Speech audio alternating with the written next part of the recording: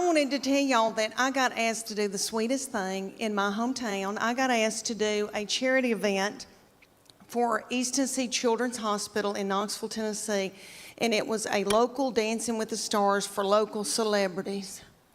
And I'm a big deal in Knoxville. So they asked me to do this, and I didn't want to do it because they put you in a bikini with fringe sewn on it, just like they do on ABC. You're practically naked in front of everybody you've ever known. And I had been eating white flour, and I was in a bad place, and I didn't want to do it, but I thought, isn't that selfish of me? That's sick little children. And they raised so much money for them, so I said I would do it. And they put me with this precious partner, Daniel, a big old boy, and we were going to do the cha-cha to Earth, Wind, and Fire September. And we practiced for 6 weeks, and we begged for money during the day and danced at night. And it was so stressful. So one night, we were practicing, he kind of slung me hard, and I thought, oh my gosh, something doesn't feel right. So I went to bed, and I got up the next morning, and this big thing was sticking out about right here, and I thought, oh my gosh, is that backed up poop? And because I have trouble with that. And I called my girlfriend, Emily, and I said, I think I've got backed up poop.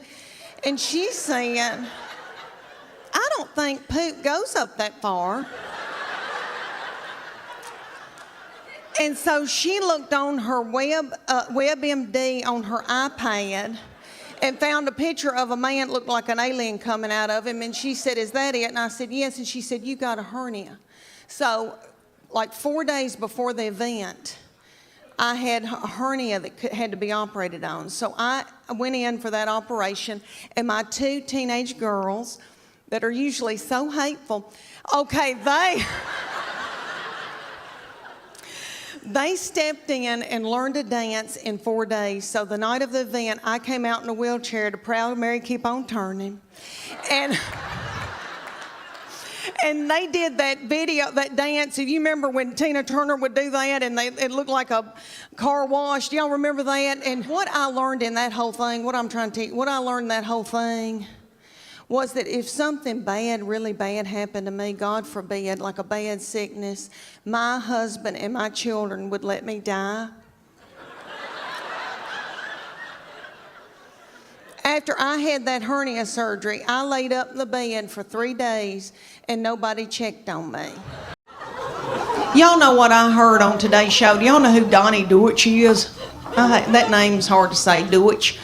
The big idea, Donnie Deutsch, he's some big advertising guy that's done like Nike. I don't know what all he's done, but anyway, nice looking man. He was on the Today Show with Matt Lauer and all them. They were talking about Valentine's, and they said that men really don't care about Valentine's Day. That women, it's more for women, and that you need to buy your wife and girlfriend, nifty things on Valentine's Day. And they said, what do men want? And he said, men want a woman to do nasty, vulgar things to them. And he said, do a surprise, like dress up in something, an outfit, like a nursing outfit or a French maid. And I thought to myself, Lord, if I've got on a French maid outfit, I know Chuck, it'd say, Leanne, get some spick and span. We're going to fix these baseboards that you hadn't washed the whole time we've lived here. I'm going to dust them, and then I want you to go over them with spick and span. And then just after I had ruined my back, after a day of doing the baseboard, then he would come up to me and try to mount me, I guess is what people say. Is that nasty? I'm sorry. I don't mean that. I'm sorry. I don't mean that. Well, that's biblical. I'm married. Let me tell y'all about her. I have treated her different from all the other ones, honey, because, all right, everything that she'd do, like she'd start crying when she's a baby, because babies, the third, fourth, and fifth, they cry, and you just let them. And I'd be like, what's she crying about? She wants your toy? Well, just give it to her.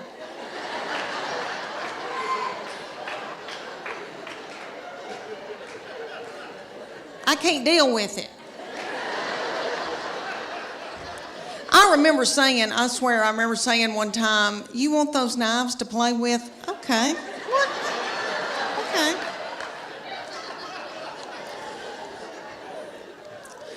When she was getting her driver's license, so different from when the first one got his. Honey, he got his, and we were so strict with him. We'd say, you can go to school, but you got to call us when you get there. You can only come home. And then after 6 months, we were like, you can go to Steak and Shake. And then you got to come home. So strict. Then the second one didn't care anything about driving, really didn't start till she was close to 17. Well, this baby wanted hers the day she turned 16. I didn't think she was going to pass it because she doesn't care. So, but she did because she's smart. All right, let me tell you, she's one of those kids that, I know y'all know people like this. Like if I gave her $20 and said, make it to New York tonight, she would do it and have money left over. Like she's, people like that, like got it up. Okay. So she passed that test. I was so mad because I thought, I'm not going to have a baby in the car with me anymore, even though when they're in middle school and high school, isn't that aggravating?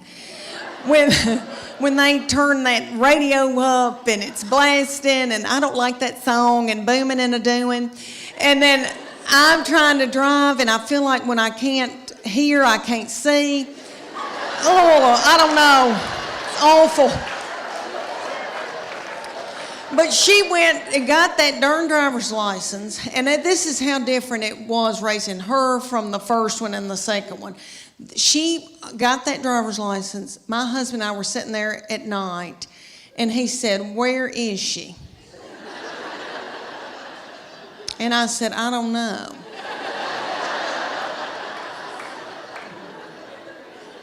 And he said, does she have any money? And I said, I don't know. Nobody ever said another word.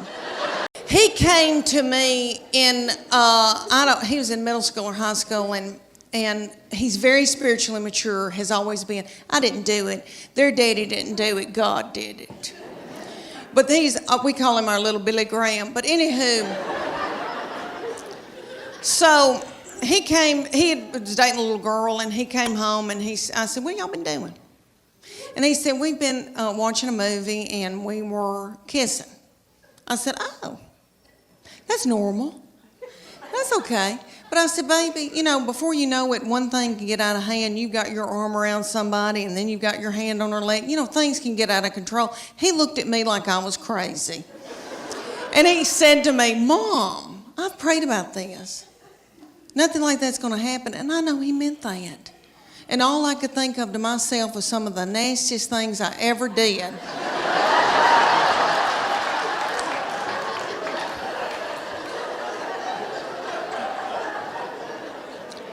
Was at the Adams United Methodist Youth Fellowship.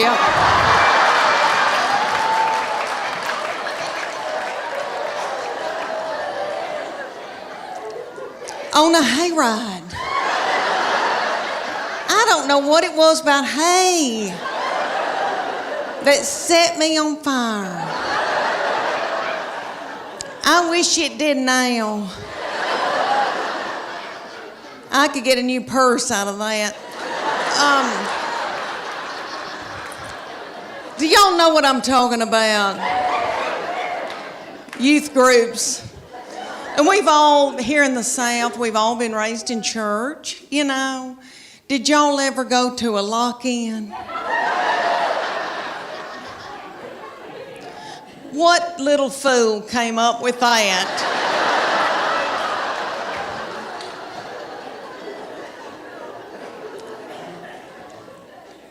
Y'all know that it was some precious little woman maybe, and they were like, they were in a committee meeting, and she was like, oh gosh, y'all, we need to come up for something for all the hormonal teenagers. I know. We'll put them in the church building and lock the door and turn the lights out. and leave them there all night. Maybe somebody will end up pregnant. Have y'all seen the goober mamas? The mamas that wear blue jeans to up their armpits, you know? I don't want to be like that, so I went to the Gap to get some low-rise in blue jeans. Have you girls bought pants in the last 5 years? Oh my goodness, terrible. Okay. I went into the Gap, this beautiful, darling little 19-year-old heifer. Brought me in a pair of blue jeans to try on. I did. Okay. The zipper, honest to goodness, was about that long. And they hit me about right here. And I said to her, I said, is my stomach supposed to be hanging